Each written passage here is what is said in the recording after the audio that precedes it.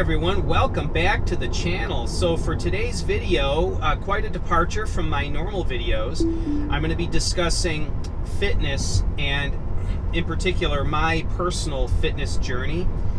And I bring this up because shooting these videos as I have for the last few years, I get a lot of questions. I'm 51 years old and I get a lot of questions just about my fitness level. I mean, I'm not a pro athlete or bodybuilder or anything. I'm a physically fit person, and so I get a lot of these questions both in the comments section as well as emails sent to me, and so I wanted to address it in this video because certain things have worked very well for me and others haven't. So for those of you that are new to the channel, welcome. My name is Matt. This is Tech Forum.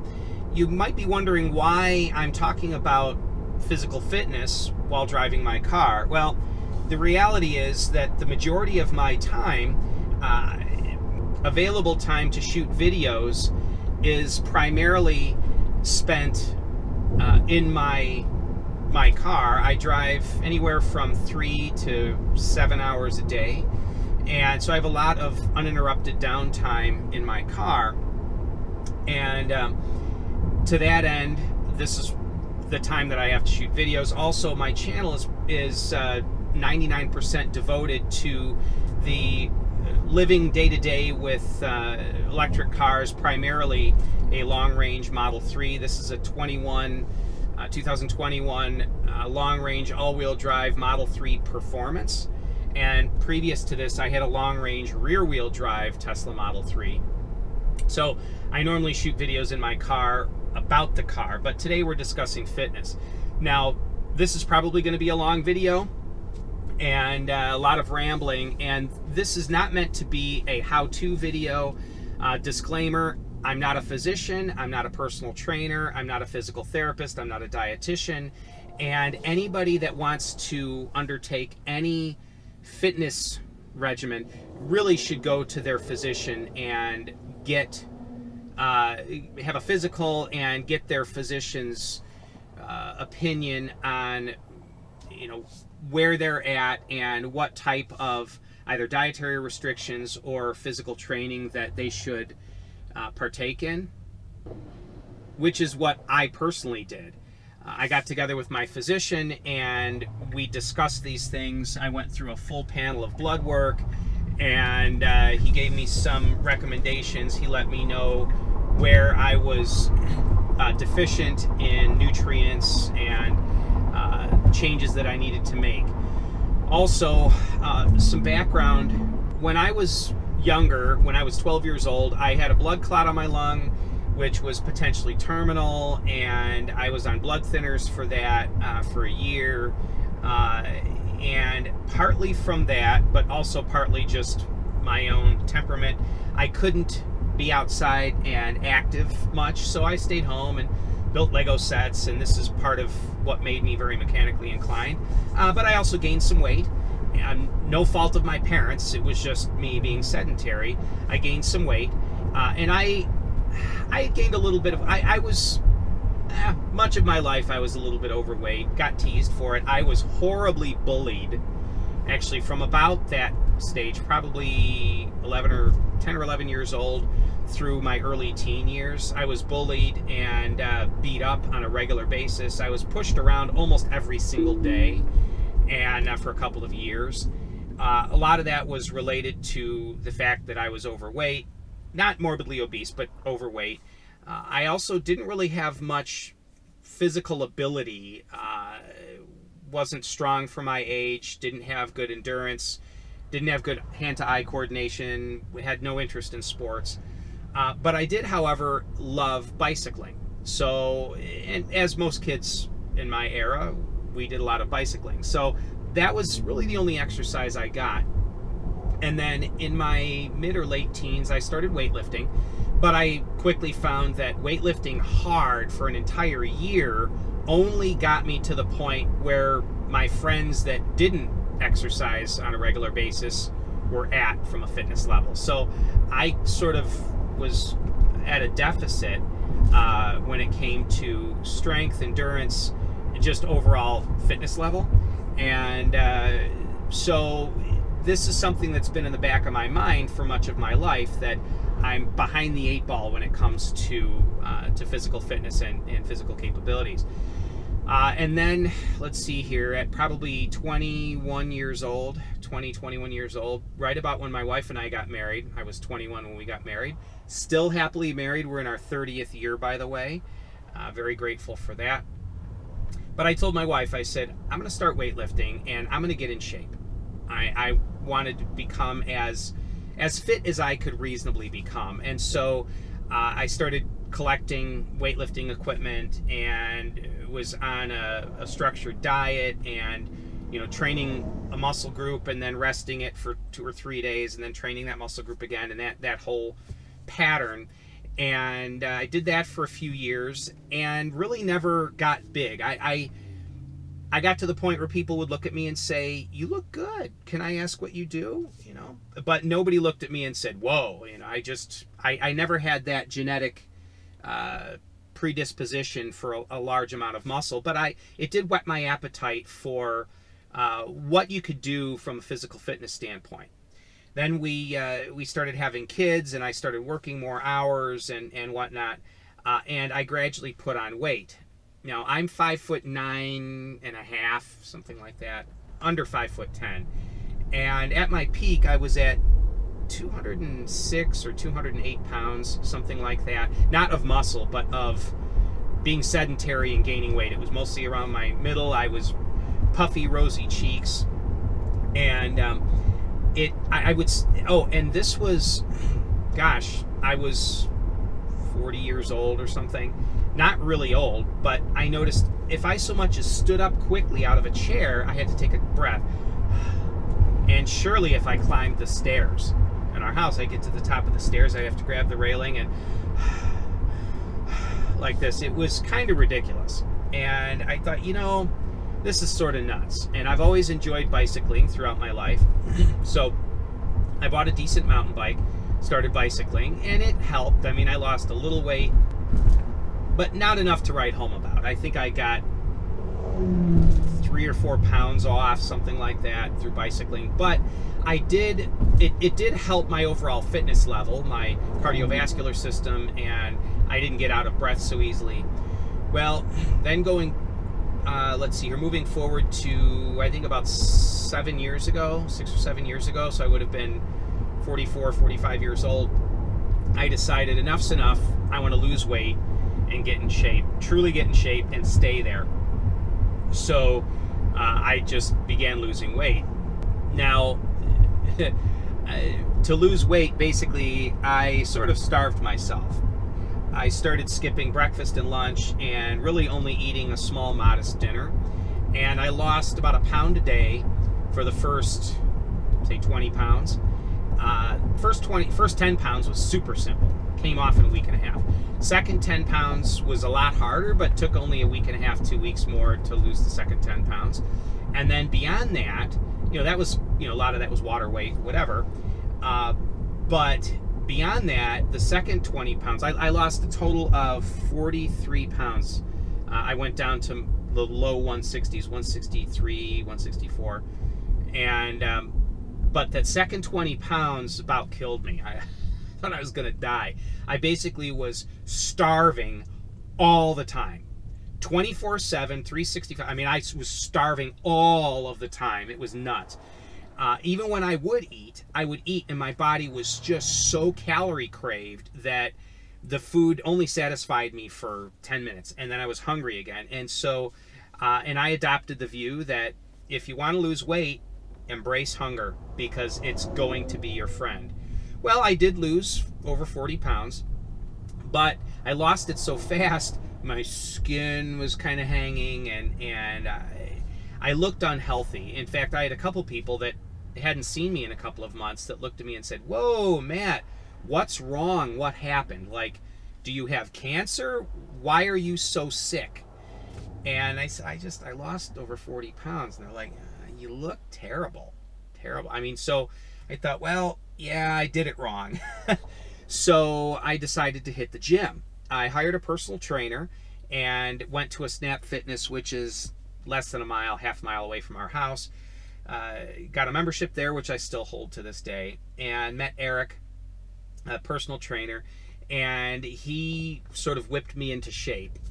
So I was weightlifting for a while, and at my late 40s, at that mid 40s, there wasn't a lot of muscle that was to be had, which was fine. I didn't need to impress anybody. I just wanted to be as fit as I could be.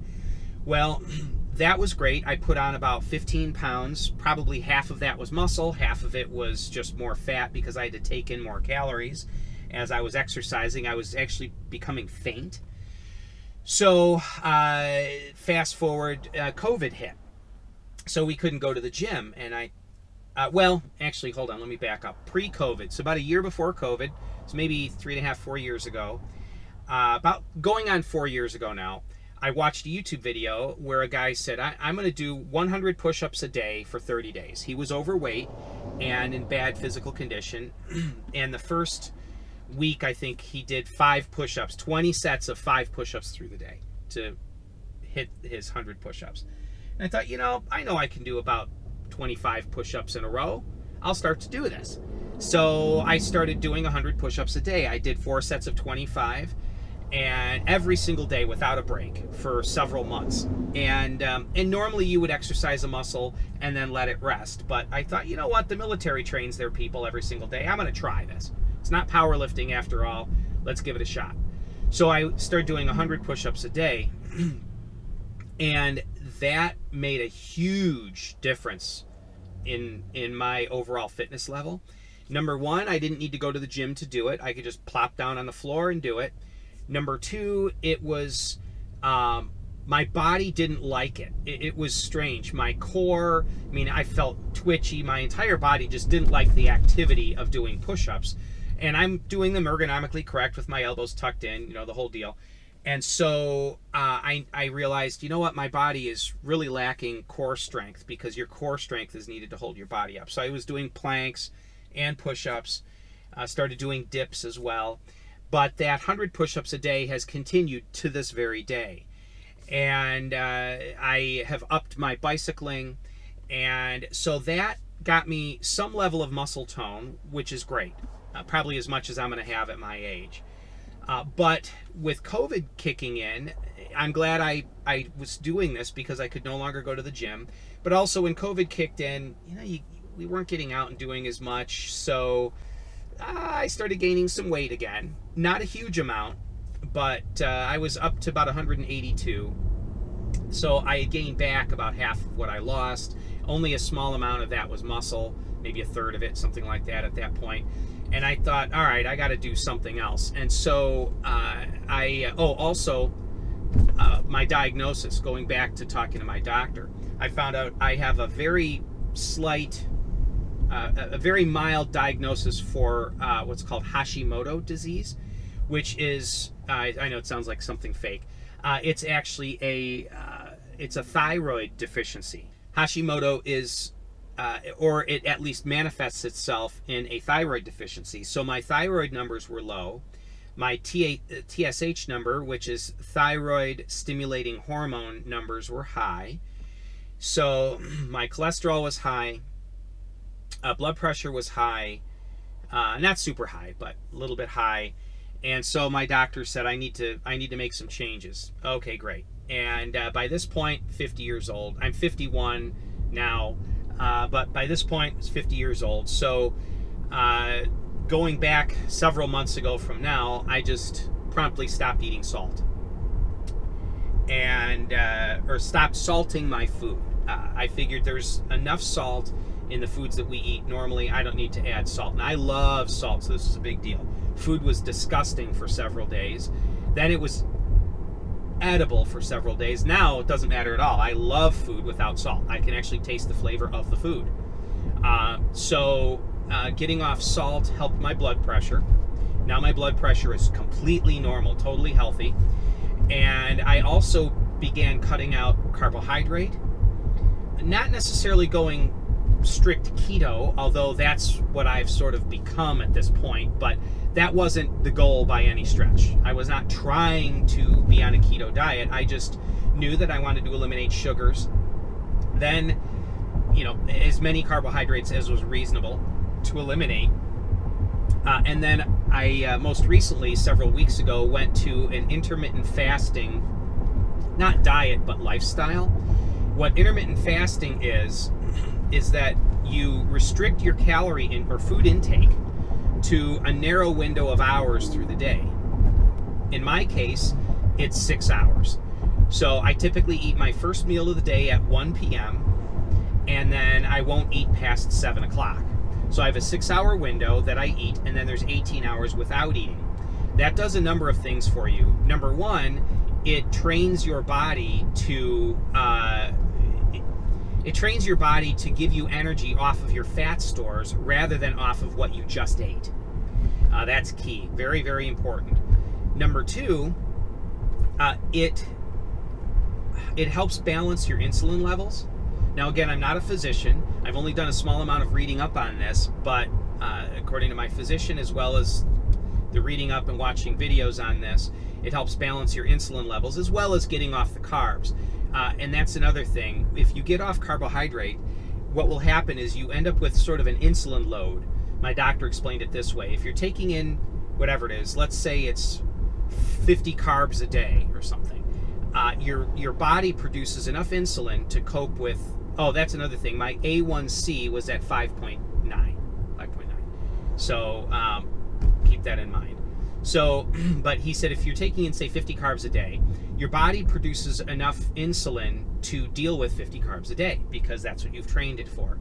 When you get off carbohydrate, your body's still making enough insulin to cover 50 carbs per day. And he said, so you're going to be very lethargic and you're tired. And boy, let me tell you, it was ridiculous because my body was still producing a bunch of insulin that it then had to sort of reassimilate. But he said, eventually your body will get used to this. So for about the first 3 or 4 days of doing intermittent fasting and cutting out carbs, I was just so tired and so hungry. I felt like I was going to eat my arm if I didn't get some food. It was crazy. And I craved carbohydrates insanely. Not necessarily sugar, but just any carbohydrate. I mean, even healthy stuff like oatmeal. I was craving it. And my doctor said that's because your body has an insulin load built up and it's trying to dump the insulin. The easiest way to do that is to get sugars into the body so it can assign that insulin to bring the sugar level down. He said, but your body will acclimate, which it did. And another third sort of benefit to this intermittent fasting thing is when your body fasts for 18 hours, your stomach does shrink. I've heard people say your stomach doesn't actually shrink, you just get used to less food. Nah, if it stretches when you're obese, it shrinks when you're not. And your stomach will shrink down a bit, or at least it feels like it's shrunk. Your capacity to hold food reduces. So when you do sit down to eat, you can't eat as much.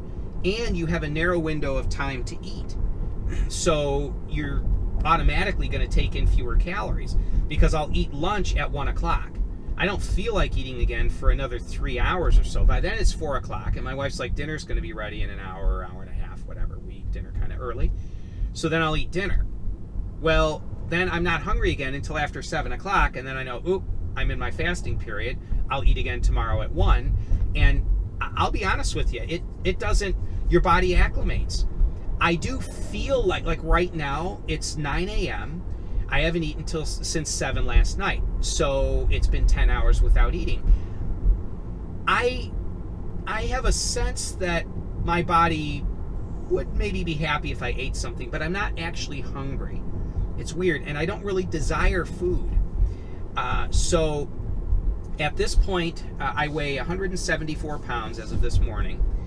I think my ideal body weight's probably 170, and I have less than 20% body fat right now, and ideally probably 17% would be what I'd like to hit. But in any event, my bicycling, I can go out and cycle hard for an hour, burn 1,100 calories, and feel great. And I also, this is another key thing that I learned, I exercise before I eat for the day. because I want to train my body to pull energy from the fat stores around my body, not from food I just ate. And now, don't go ahead and do this yourself unless you consult your physician. My doctor knows what I'm doing. He's cleared me for it. But not all bodies are the same, not all body chemistries, not all personal temperaments are the same. I mean, so you have to, and not everyone has the same physical capabilities. But every couple of days, probably every other day or so, I go for about a 45-minute bicycle ride. I shoot for burning 1,000 calories in that duration. Typically, I hit 850 to 950 in calories, but up to 1,100 or 1,200 at times. And I target keeping my heart rate in the aerobic and touching the anaerobic zone. And I have found that since I've been doing this, it's more difficult to get my body into the anaerobic state. My heart rate wants to stay in the aerobic zone. My resting heart rate is very low, 56 beats a minute is pretty typical for me. But my fitness level has just gone way up, and it's not from additional exercise. It's from no longer pumping my body full of toxins or full of carbs that get burnt quickly, and then I get fatigued after that. In fact, at this point, it used to be I would go for a bike ride and I had explosive energy. I would warm my muscles up for a couple minutes and I had explosive energy for 15 minutes. And then it would kind of stabilize, and then I would gradually feel fatigued if I wasn't eating during my ride, until I got home, and after a half hour, 40 minutes of cycling, I was worn out, my legs were shaky. Now, since I'm off carbs, even if I do a bike ride, say at noon, which I did one yesterday at noon, 17 hours since I'd eaten last, and exert myself, what I found is I don't have that explosive energy on the front end. In fact, my body's like, ugh, not a lot of energy. Well, after a mile, I feel like, oh, this bike ride is okay. After mile number 2, I'm getting into it. By mile number 3, I'm in it, and I've got all the energy I need, and I can cycle for, call it 45, 50 minutes, and not feel really any fatigue at all. It's not till I approach about an hour. It's not till I approach about an hour of pretty intense cycling that I feel fatigued at all. And yeah, again, this is keeping my heart rate in the aerobic zone and touching the anaerobic state a little bit. So I wanted to share this with you guys because it's something that is on my heart. We have so much obesity in this country that it's really at epidemic levels. Type 2 diabetes is astronomically high. Even things like depression and suicidal thoughts and these things, anxiety. I deal with anxiety. I've never had an anxiety attack, nor do I deal with it with depression, but I get anxious. I was awake at 4 a.m. this morning because I was anxious about some things. Couldn't get back to sleep. But I have far fewer situations like that since I've been healthy. Far fewer. I used to deal with anxiety every day. Every day I'd be anxious about something. It's not that way anymore. Once every few weeks or so, I have a little bit of an anxious time where I'm like, oh, I'm worried about something. I feel so much better. So, also, disclaimer here, I'm going to share a little bit of my spiritual journey as well. So if you don't want to hear about that, you're welcome to stop the video at this point. But some of my fitness has to do with my spiritual journey as well. I'm a conservative, Bible-believing Christian. I have been for many years, since I was a child. And my personal belief is that I am a steward, not an owner. Whether it be things I own, my car, the business, I make my swiveling screen mounts, that business, that's not mine. I believe I'm a steward of that. God owns it. And I looked at my body and I thought, I'm a steward of this body that's been given to me by God. And again, if you don't believe this, that's fine. I'm not trying to push anything on anybody, but this happens to be my belief system. I believe that God created me. He created this body, and I should take care of it. And in Genesis 1, chapter 1, I believe it's verse 31, Adam was told to eat fruit, vegetables, and seeds. Every herb and tree bearing fruit, these are to be food for you, Adam was told.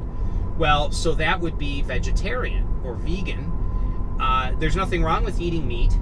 In fact, in Genesis chapter 2, we were then told it was okay to eat meat. After the flood, so something happened in our ecology then. Jesus also ate the Passover lamb, and he cooked and ate fish. So meat is okay to eat physically.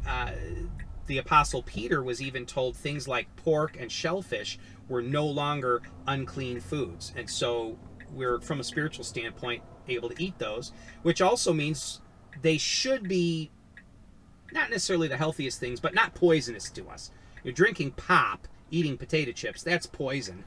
But meat is not poisonous. You should, I believe, have the bulk of your food be plant-based. Fruit, vegetables, nuts, seeds, and a small portion should be meat. And but this is, from my standpoint as a Christian, I looked at just my physical life as this is something God gave me, and I want to honor him with it. So pumping myself full of junk food, sitting around like a couch potato, didn't glorify the God that made me. That's, again, the way I look at it. So that kind of feeds into this whole thing. And so I know this has just been a lot of jabbering, but I believe it's important that you guys understand, because, again, I get this question a lot. So a brief synopsis of my, boiling it all down, I eat primarily, well, not necessarily just protein, but I eat a minimal amount of carbohydrate. I eat for a 6-hour window. For me personally, it's between 1 in the afternoon and 7 at night. And I exercise quite a bit. I do 100 push-ups a day. At this point, I can do 70 in one set if I really want to. But I typically do 2 sets of 50. Sometimes I do 4 sets of 25. Sometimes I've done as many as 300 push-ups in a day if I feel like it. But I do 100 push-ups a day. I'm an avid bicyclist. I do some level of chin-ups. Also, I have a chin-up bar, so once or twice a week I'll do some chin-ups. I have a couple medicine balls. I have some adjustable weight Power Block brand dumbbells that I use at home. But it's really mostly my diet and a lot of push-ups and bicycling and some other basic at-home exercises is where I've achieved the fitness level that I have. And as I move forward, maybe in a year from now, I'll check in with you guys and do another video on where are my numbers at. My A1C, they check it every 3 months, and so it's been less than 3 months since I've been at the doctor, and my A1C was at 5.9. So we'll see what this dietary change does to my A1C, because it's borderline. So I really need to get it down. My thyroid numbers are improving, but still a little bit too high. My blood pressure is perfect. My cholesterol is a little elevated, but it's primarily the good cholesterol. And also genetically, high cholesterol runs in our family. Even my relatives that are even more pure diet than myself, their cholesterol numbers are high. And cholesterol medication doesn't seem to affect our family. So my doctor said not to stress too much over the cholesterol numbers, because some people are genetically high. But to watch them, and so I will work on that as much as is reasonably possible. But anyway, so that's where I'm at. Again, under 5'10", 174. In case you're curious, I can bench press 255 pounds, if that means anything to you. But I don't bench press a lot anymore. I have old shoulders and elbows, and so anyway, so that's where I'm at. A lot of yammering today, but if you have any questions, leave them in the comments section below, and let me know if there's anything specific that you're curious about, and I'm more than happy to answer whatever questions I can. Thanks for tuning in, and I really appreciate it. I'm looking forward to getting back to doing more car videos here soon. Thanks, guys. Have a wonderful day now. Bye-bye.